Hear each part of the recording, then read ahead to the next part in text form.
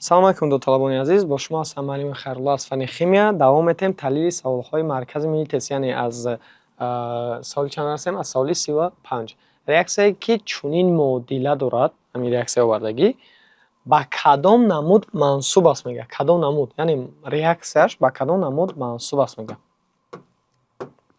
Ёке бачаҳо, реаксия овардагира та аввал аҳамият метавад ки бояд бибинед ки чӣ гуна реаксия, яъне дар вариантҳо нигоҳ ки варианти ABCD да ё реаксия ҷойгирӣ гуфтага ё ки чӣ мубодила. Яъне дар ҷа реаксия ҷойгирӣ точно нест чӣ ба? Барои он ки реаксия ки байни ду моддаи мураккаб меравад ва қисматҳои таркиби худро иваз мегиранд, инра мегӯянд реаксияи мубодила. Яъне дар ҷа реаксия чӣ гузаштага реаксияи мубодила ё муовизаш мегӯянд. Яъне дар ҷа реаксия ҷойгирӣ гузаштагӣ нест, барои он варианти А ва Б шида наметавонад. Баъд дигам, баъд чира аҳамият метиҳӣ? Реаксия мубодила мешавад, дуруст, не ки S ё D. Баъд дигимиш овардаги ки экзотермӣ ва эндотермӣ. Экзотермӣ чӣ дорад? Инҷа ахир да аҳамияте, хай вақте ки реаксия натади чӯ ҷамъи 80 инҷа плюси 1131,4 килоҷоул гармӣ хориҷ дега. Дар ҷа вақте ки моро амҷара плюс меора, и плюси қуввӣ, яъне ҳарорат инҷа экзотермӣ мешавад. Экзотермӣ гуфта яъне ҳарорат берун хориҷ мешавад. Фаҳмо? Яъне миқдори гармии осушта. Экзотермӣ, экзо берун. Экзо маънош чӣ? Берун, яъне гармии хориҷтаи берун истифода мешавад. Агар эндотермӣ мебуд, эндотермӣ инҷа чӣ аломат мегирифт? Минуса. Яъне ҷавоби дуруст мо вариант чӣ? Варианти S. Ин мисол соли 36 нигоҳ кунед. Реаксияе ки чунин муодила дорад мегӯяд, ҳамин реаксия овардагӣ ба кадом намуд мансуб аст? Яъне чӣ гуна реаксия? Инам реаксияи мубодилаи реаксия чӣ? Мубодила, яъне варианти S қатъи Б намешавад, барои ки ҷойгириянд ку. Ана аҳамият метиҳад ки вақте ки реаксияро бурдан, яъне ё ки бари SO3 литий NO3 кардан, дар охир бо минуси 4,2 килоҷоул гармӣ фурӯ бурда шуда. Вақте ки миқдори гармӣ хориҷ мешавад ба берун, яъне экзотермӣ мегӯянд. Агар миқдори гармӣ фурӯ бурда шуда, яъне ба дурун гирифта шуда дар реаксия истифода шавад, инро мегӯянд гармӣ, яъне эндотермӣ. Эндотермӣ, яъне эндо дарун. Агар оддитар бигӯй бифаҳмем, оддитар. Агар плюса дидӣ экзотермӣ бигӯ, агар минуса дидӣ эндотермӣ. Тамом. Минуса дидӣ чӣ мешуда? Эндотермӣ, яъне мубодила эндотермӣ. Тамом. Саволи сеюмам ранги ҳамияи, нигоҳ ки дар охир оварда плюс, недесем плюс. Инҷош аҳамият метиҳӣ.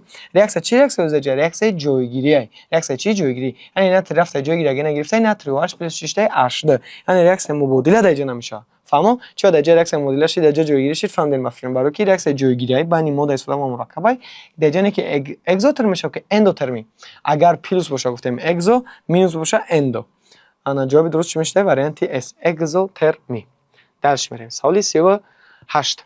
Реаксияи мубодилаеро, яъне муовизаеро, муовиза гуфтем ҳар чӣ ку, ки маҳсули он гидросулфити, ахирша хушрӯ бихонем, гидросулфити калсий аст, муайян кунед. Яъне як реаксия мубодилаеро мега муайян ки маҳсулаш гидросулфити калсий аст. Гидросулфит, яъне калсий HSO4.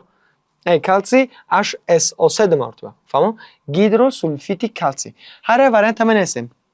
калсий CO3 ҷамъи H2 ҷамъи SO2 агар мо реаксия барем, тиҷара аҳамият бо нашавад ки калсий SO4 сукин дар ҷа меша. Ин реаксия азотияи аввал, ин бояд шумо азё бидонед.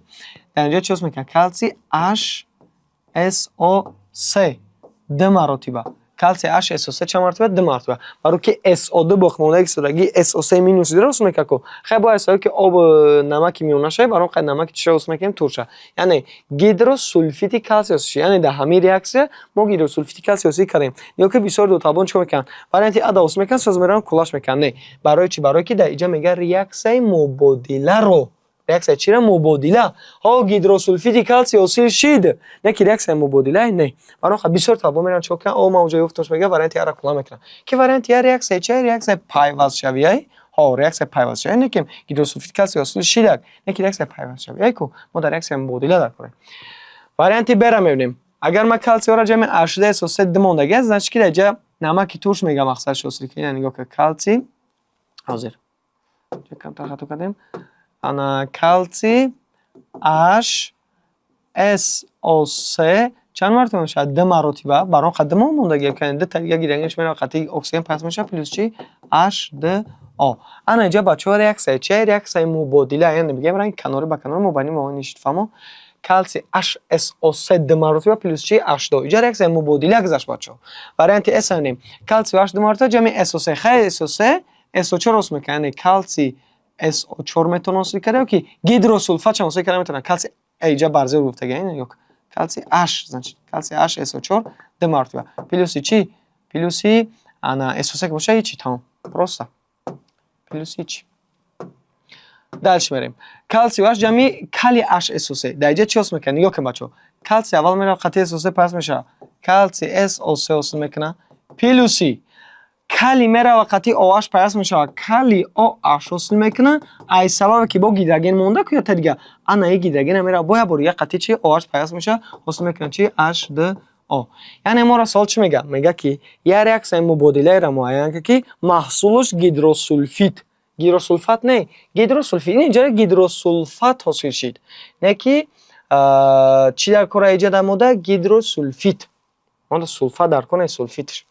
من خواهد جواب درست شیر وریانتی ب ریاکسیون مبادله گذاشت و گیدروسولفید کلسیم شد درش میریم سوال 39 میگه ریاکسیون پیوست شوی رو اهمیت چی ریاکسیون میگه ریاکسیون چی پیوست شوی رو که محصول آن سولفیت ناتری با هم خیلی سولفیت ناتری ریاکسیون میبریم ناتری 2 جمع SO3 تو باید دونی که SO3 چی را حاصل میکرد SO3 حاصل میکرد SO4 مینوس ایده یعنی باقی مونده SO4 مینوس ده خچ پس میکنیم ناتری 2 یعنی ناتری 2 6 پلوس شامل پلوس 1 دی جمع اومد ناتری 2 SO4 یعنی همه اینا رو جمع کنیم چی ریاکسیون بود ریاکسیون پیوست شوی این ریاکسیون پیوست شوی درست ریاکسیون پیوست شوی نه کی محصول آن سولفیت ناتر نیست این سولفات ناتریه فهمو دالش وارینتی انا چیزن چی وارینتی برام ببینیم ناتری 2O2 پلوس چی SO2 گوش کنیم بچه‌ها ناتری 2O2 دیگه چی میشه رنگ همین ناتری 2O ای بگیم پرسه که کمی اکسید ناتر پروکسید چی اگه قینی نداره پروسا فکر کی ناتری 2 یعنی ناتری 2 جمع SO2 چیز میکرد ناتری 2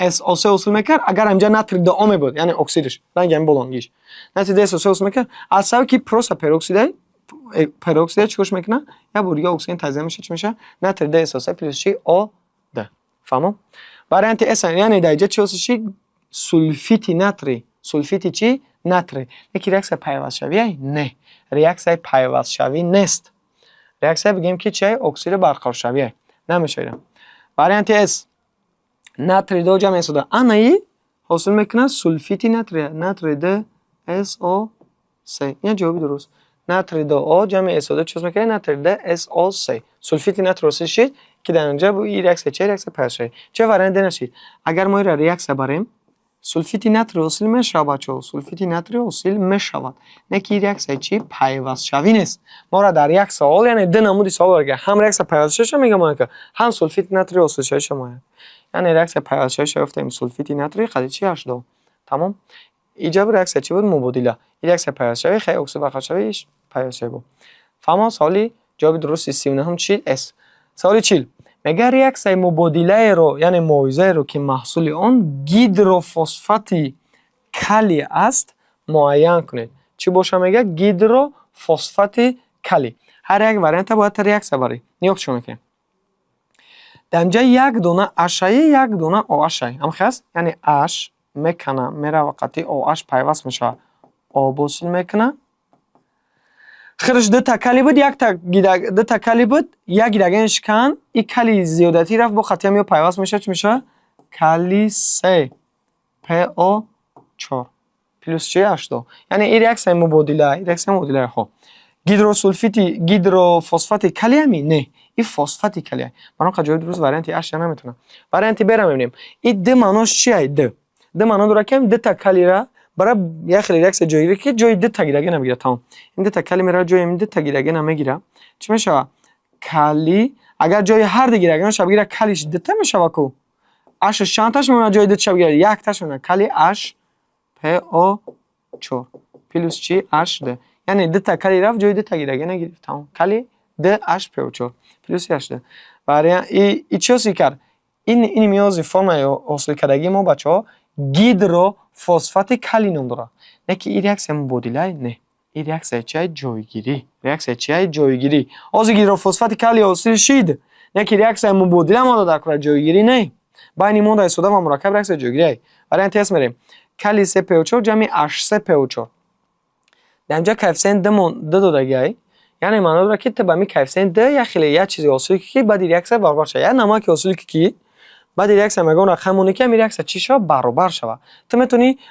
گیدروفسفات شو اصولی کنی دیگیدروفسفات شو اصولی کنی کدومش که اصولی کنی گلانی تو یا بار ببین اگر خطاش کنی که مثال از همین ریاکسیون نمیدونی مثلا اگر خطاش کنی برابر نمیتونیش نفهمم اینا نگاه کنی اگر من اینجا اوزی گیدروفسفات کلی را اصولی کنم اینا نگاه کن کلی د HPO4 کلی د HPO4 کلیش دارم اینجا چند تا شش تا اینجا کوفیسینت چه میمونم 3 میمونم کوفیسینت 3 میمونم خوب ببین ریاکسیون برابره کنه یا کلی 3 کرده 6 2 کرده 3 6 فسفر 2 تا قطعیت دیگه 3 تا است اینا 3 تا اکسیژن 4 کرده 3 12 اینا 4 قطعی 8 دیگه 12 گیداگین 3 گیداگین 3 ریاکسیون چی برابره یعنی چه سشی دارن تست این ریاکسیون پیوست شویه ریاکسیون چی پیوست شوی که اینجا واسه گیدروفسفات کلی این ریاکسیون ازوکن خوب میشه انا این ریاکسیون پیوست شوی ایجاد هم گیدروفسفات کالیوس شید مثلا وارنتی بدم گیدروفسفات کالیوس شید وارنتی اس هم گیدروفسفات کالیوس شید نه که جوابی درست نه بی نه اس ما در ریاکسیون مبادله در کار پیوست شوی نه ریاکسیون پیوست شوی وارنت در میبینیم نگاه که بچو در اینجا چند تا گیداگین دو تا چند تا باشه یک تا یعنی یک دونه آش میکنه قطعی یک دونه آش پیوست میشه و آش دو آ حاصل میکنه چند تا کلی بود خیلی شک تا بود قطعیت دیگه تشید کلی د گیداگین خیلی چند تا دو تا بود یک تاش کن کلی آش پ او 4 انا ریاکسیون چیه بچه‌ها ریاکسیون مبادله ریاکسیون چی گفتیم ریاکسیون مبادله که در اینجا اصلش چی گیدروفسفات کلی چی بده نامش گیدروفسفات کلی جواب درست وریانت د فهمو داش میریم سوالی 41 میگه ریاکسیون اکسید برقرار شوی رو معین کنید که ای تمام قدر ریاکسیون اکسید برقرار شوی رو میگه معین کنید آسونه ریاکسیون اکسید برقرار شوی چی معنی داره ریاکسیون اکسید برقرار شوی این ریاکسیونی که در نتیجه اون درجه اکسید شوی ایواز یابد فهمون یعنی ایواز شوه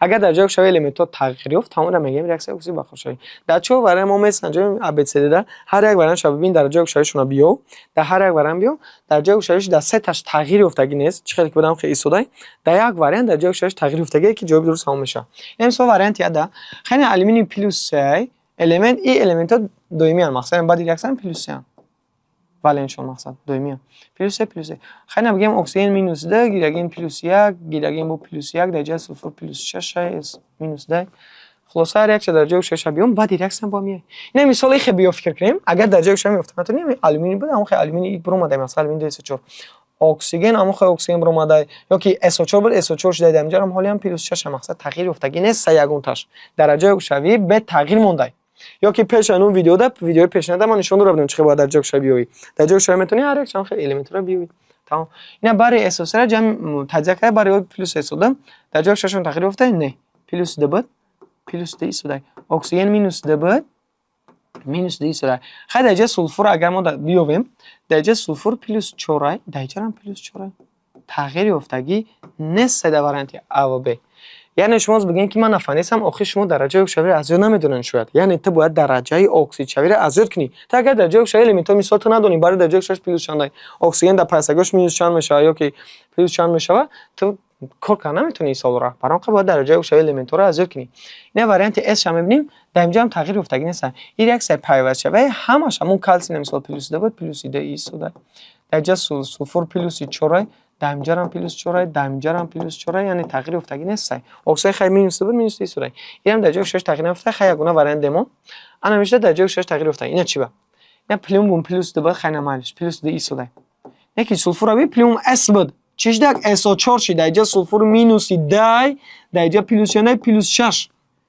مینوس 2 ای پلس 2 значит مینوس 2 جا چنده پلس 6 تا اگر ندونه که پلس 6 هم خشم که پلس های تمام تغییر افت اگر مینوس 2 بود چی پلس 6 با چی تغییر افت تو باید دونی که در پر اکسیدها درجه اکسیدی اکسیژن هم وقت مینوس 1 در اکسیدهاش مینوس 10 در دیگه پیوستگاش مینوس 10 تا خود در پروکسید مینوس 1 یعنی درجه اکسیدی اکسیژن هم تغییر افت یعنی هم سلفور تغییر افت هم اکسیژن بعد فرق داره چند تا دو تا تغییر میاد سه تا تغییر میاد گلانی درجه اکسیدی الیمنت اگر همین تغییر یافت تمام رو میگم ریاکسیون چی اکسید و برقرار شوی تمام سوال 42 ریاکسیون اکسید و برقرار شوی رو معین کنید باید چیکار کنیم درجه اکسیدیشون تغییر بده اینم سوال وارنتی ار هم نیم 3A پلس 2 بعد ریاکسیون نیم CO2 شید تمام значит در جای 6 تغییر یافت اگر پلوس 4 شید در جای 6 این زیاد شید یا که فرم 2 بود فرم آ شید چخیل چرا پلوس 3 بود چرا پلوس 2 شید یعنی میره که اکسید برخورد شود یا که 4 تا برخورد کننده و میره تو باید دونی خو CO بود گیرگین بود آلومینی دهتون باشه اگر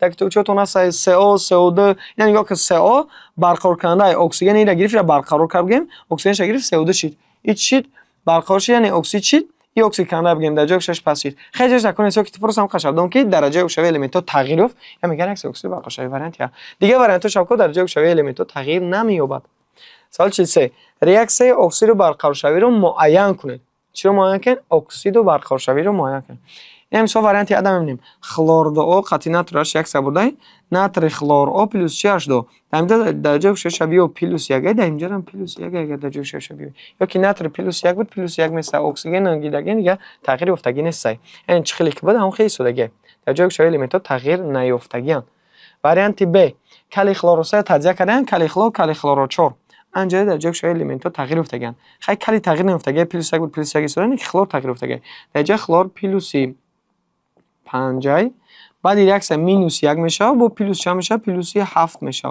یعنی در جای شوی الیمنتاش میشه تغییر میاد یعنی پلوس 5 پلوس ریاکس مینوس 1 پلوس 7 میشه یعنی در جای شوی خلور تغییر یافت بله تغییر یافت مثلا چی را میگن ریاکس چی اکسید برقرار شوی دیگه براتش تغییر نمیاد در جای شوی بکنیم ببین فهمو سوال 44 با کدام نسبت مولی گیدرواکسید ناتری و اکسیدات فسفات باید تاثیر کنند تا که دی گیدروفسفات چی شود ناتری دیگیدروفسفات ناتری تمام سوال آسونه کنی یا که مچو با کدام نسبت مولی گیدرواکسید ناتری و اکسیدات فسفات بنویسیم گیدرواکسید ناتری OH و چی کیسلات فسفات H3PO4 میگه با کدام نسبت مولی یعنی کوفیسینتش را چند بگیریم که تا که دیگیدروفسفات ناتری شود دیگیدروفسفات ناتری چی بود ناتری H2PO4 انا میرا میگن دی گیدروفسفات ناتری دی معنی داره که دتا یعنی دتا گیرگینی فسفات ناتری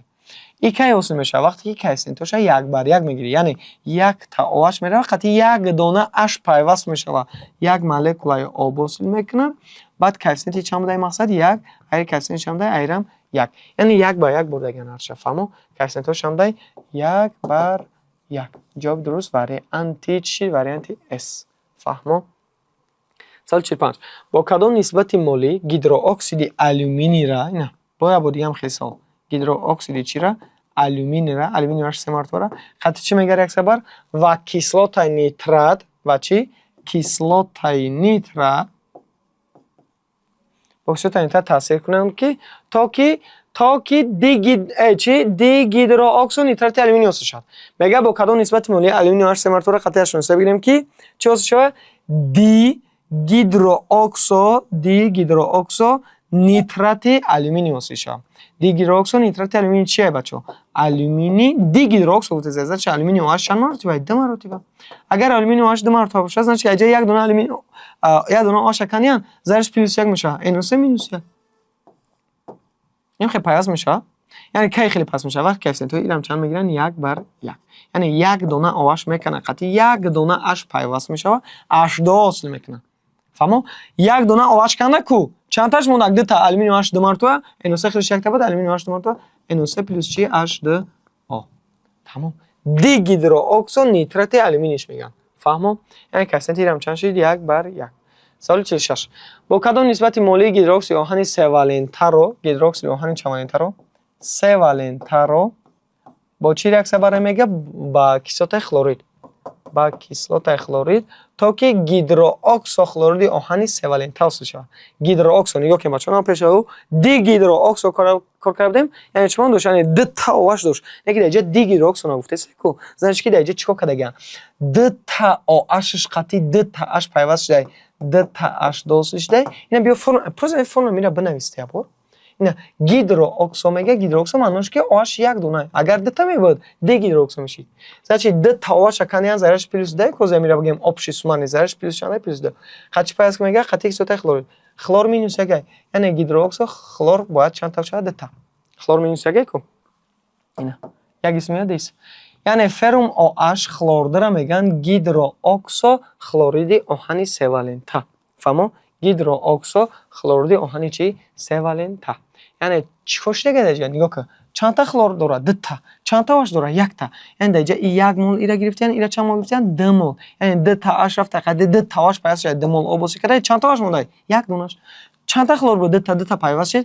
فرم واش خلور دو. فهمو؟ یعنی کوفیسینتش چند شد؟ یک بر دو. نسبت مونشون یک بر دو. واریانتی آ. فهمو؟ آسونه کنه؟ سوال 47. کنسانتراسیای اشیاء رو چند مرتبه زیاد کردن لازم است تا که سرعت ریاکسیا 9 مرتبه افزاید. چند مرتبه؟ 9 مرتبه افزاید.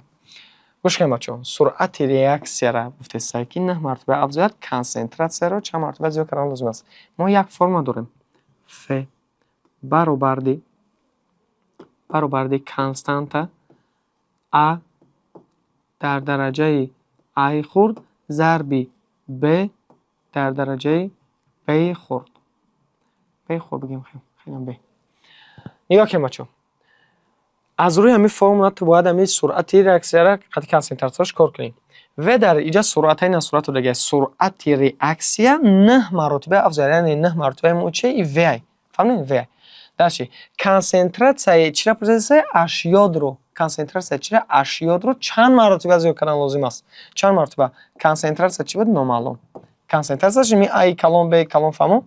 کنسانتراسیای می کنسانتراسیای اونها رو چند مرتبه میگه زیاد کردن نمیدونیم چند مرتبه میگه چند مرتبه میگه زیاد کنیم نامعلوم.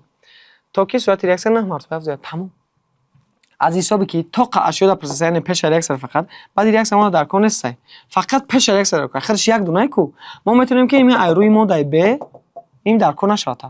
فقط ایروی نیم قدر فرم برای تمام. ماده ب را دورگی نیست. اگر مثال اشیاء پلس یگون کیسوته که یگون نمک یگون چه دیگه میبود مثال پلس نترش یگون چی میبود خط میتونست که هم اوش همش اگر پروسس مثال هر شب میفته نه که درجه طاقه اشیاء میگه تو خمی هر شب بگی تمام. اینا و برابر دی کنستانت A در درجه چی؟ I خورد. تمام. ایروی کار کرد. ویرا دورگی است. ها ویرا چند دورگی؟ نه. خرش تسکی سرعت ریاکسیا 9 مرتبه. کنستانت ای دومی یک بسیار وقت یگه اگر ریواز شه میتونه یک در کار است که یک ننویس. ارا چند دورگی می I کلون خودش میتیاتا لیکن دورگی نیست چی پروسس تا X. ارا دورگی نیست X. انمی I خورد چه به سوال میتی؟ I خورد ای بچو I خورد ای کوفیسینت. کوفیسینت هم ماده میپرسدگیش. یعنی یه بار میگم و این صورت اخرش رو دیگه نه تیرا میتونه نویسه پروسه اینجا را پرپت نکه ای کلون ما کنسانتراسیون نه کنسانتراسیون ای کلون همیرا چیکو که پروسس نمیدونیم چنده ایکس گرفتم ای خور کوفیسینت پیش می اشیا چنده د زاشید اد ایکس در درجه چند میشه د پروسه بجا چه میزنه تمام چون میکنم 3 را در کوادرات میبردارم برابر دی ایکس در کوادرات کوادرات ایکس میشن بله چی میمونه ایکس برابر دی 3 یعنی سرعت ریاکسیا را یعنی کنسانتراسیون چند مرتبه زیاد کردن لازم داره تمام. اگر نفهمیده باشید نه باید بگم فهم گوش کن. کنسانتراسیون را چند مرتبه زیاد کردن لازم است تا که سرعت ریاکسیا 4 مرتبه افزاید. سرعت ریاکسیا چند مرتبه؟ 4 مرتبه. این 4 ای و ای سرعت ریاکسیا آخرش گفته است. یعنی با روی این فرم و برابر دی کنستانت ا در درجه ای خورد بهش در کار نیست. بهش در کار نیست چی برای که تو قینو داره پروسس کو یک دونه تا دو تا اگر میپرسید خیلی هم اره میفته هم بره میفته ویرا چند رو گیریم آخرش 4 برابر دی کنستانت یک گفتیم که در کار نیست. این ا چند ای اره آخرش دو گیریم ای دو دگین است پروسس کنسانتراسیون رو میگه چند مرتبه برداریم نمیدونیم x ای خورد چی من داشت ای خورد کوفیسینت هم پیش اینو دو چند ای ده تمام. یعنی 4 در کوادرات خیلی 4 ایرم در کوادرات میبرداریم اینا در کوادرات میبریم چه میشه 4 برابر دی x در کوادرات اما خیلی کوادرات ها اختصار میشن x برابر دی چند ده یعنی کنسانتراسیون چند مرتبه زیاد کردن لازم است 10 مرتبه. سال چینه با رنگی همین رنگ میاد ریاکسیون همه چی رنگ می پروسه که ویرا چند دورگی ویرا 16 دورگی تو میتونی اینجا چیکار کنی خودت کار کنی با روی همین فرمول جوابش بیابی. سال 50 اگر کوفیسینت حرارتی ریاکسیا با 3 برابر باشد هنگامی بلند کردن حرارت از 20 گرادوس تا 50 گرادوس سرعت ریاکسیا چند مرتبه می افزاید. سرعت ریاکسیا میگه چند مرتبه می افزاید. نگاه کنید بچه‌ها ما یک فرم داریم این از روی قانون وان گوف میگذره یعنی فرم داره وید تقسیم V1 баробарди коэффициенти ҳароратии реаксияи бачо тейди ҳароратай тари T1 тақсими чанд 10. аз рӯи ҳамин форма ту бояд мисолоша чикор кунӣ кор кунӣ. Вейди V1 ҷоят суръатай тейди T1 и ҳароратай дадугир суръати калон бояд дар боло беса суръати хурдтарин дар поён беса тейди ҳарорати калон бояд боша T1 ҳароратиш боша хурдтарин боша. анаки нигоҳ кун агар коэффициенти ҳароратии реаксия ба 3 бар бошад яъне коэффициенти ҳароратии реаксия чанд будагӣ 3 нимирад чанд будагӣ 3 дарш мерем ҳангоми баланд кардани ҳарорат аз 20 градус то 50 градус ба гуфти шумо и T1 ё ки иш T1 ё кадомаш T2 кадомаш T1 гӯш кунед бачаҳо шумо дар форма аҳамияте T2 минус T1 форма чӣ будагӣ T2 минус T1 яъне ту бояд ай калон хурда минус кунӣ яъне T2 мо 50 T1 мо чия 20 чанд мартаба меафзояд суръати реаксияро просесай яъне V1 бояд дата просесай ки общий просесай тағйирёбиша просесаем хас яъне гӯка T2 разан чанд будагӣ 50 T1 чанд будагӣ ана 20 градус дельта V бигем тағйирёби суръат просесаша намедонем намедонем айрон форма инира чанд мегӯем V тақсим V x баробарди ана дельта V x баробарди ними гаммара чанд гирифтем коэффициенти ҳароратии реаксия чанд гирифта будем 3 T2 чия 50 минуси T1 чанд буд 20 тақсими чанд 10 ин форма доимия тамом x ам меоем бор дигар агар ма инҷа x а биёрем чӣ меша x баробарди ай 50 20 тар кунем чанд меша 30 яъне 3 меша ай 50 20 бигири 30 меша 30 тақсими 10 3 яъне 3 дар дараҷаи чанд 3 фаҳмо озфанид 3 чӣ пайдо шид яъне чӣ кардам ай 50 20 тар кардам 30 буромад 30 тақсими 10 3 яъне ами чанд буромад ами касе ки дар боло буд и дар дараҷаи хамаш 3 буромад яъне x баробарди 3 дар дараҷаи 3 3 дар дараҷаи 3 чӣ мон дорад яъне x баробарди 3 зарби 3 зарби 3 яъне ҳамин 3 ра 3 бор зарб кун 3 кара 3 мекунӣ аввал 9 мебура баъд бо 9 кара 3 мекунӣ чанд мешавад 27